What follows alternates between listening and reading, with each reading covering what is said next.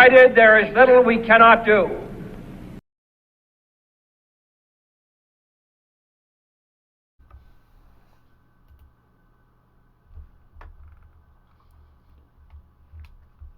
The powers not delegated to the United States by the Constitution, nor prohibited by it to the states, are reserved to the states respectively, or to the people.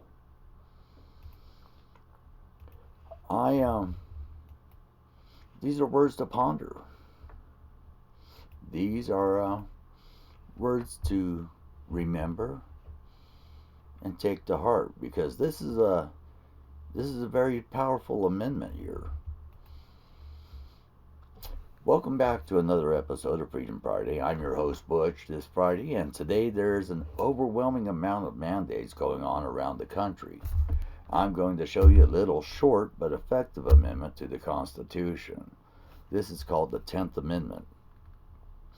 Hopefully the information that I'm discussing today will educate or inform those that may not know the hierarchy of the government, but don't be misled by others that do not know or are simply misinformed.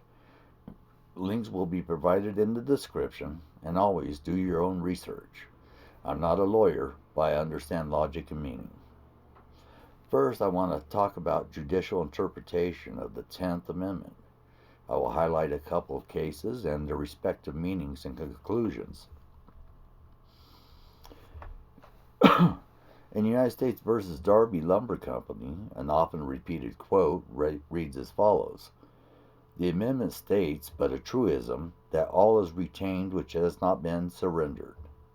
There is nothing in the history of its adoption to suggest that it was more than a declaratory of the relationship between the national and state governments, as it had been established by the Constitution before the amendment, or that its purpose was other than to allay fears that the new national government might seek to exercise powers not granted, and that the states might not be able to exercise fully their reserved powers."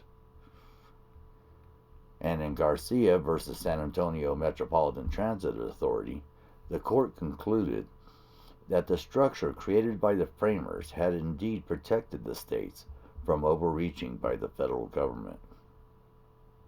A couple things to think about. These are all done by the Supreme Court, and the courts have discussed this, thought about it, and these are their conclusions.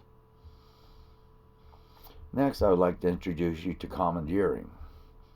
Since 1992, the Supreme Court has ruled the 10th Amendment prohibits the federal government from forcing states to pass or not pass certain legislation or to enforce federal law.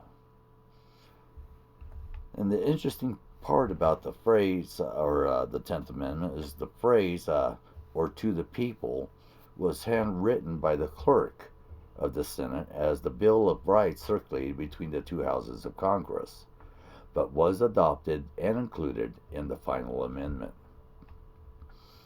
So what does this all mean?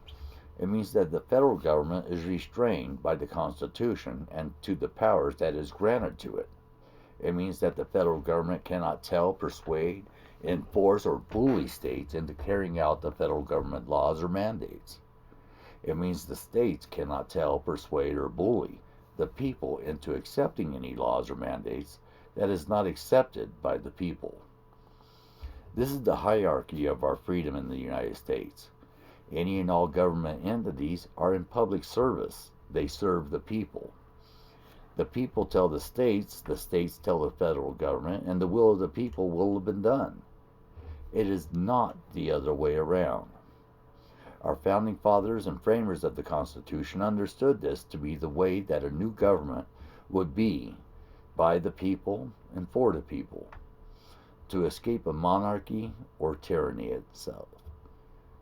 Thank you for listening and watching. Hopefully this has been an enlightening and informative episode. Next week we'll discuss more freedom and less amendments. Unless you want to hear more of that, then let us know in the comments below. Let us know how we're doing and what you'd like to discuss in upcoming episodes. We are patriots, we are Americans, and we're here for you.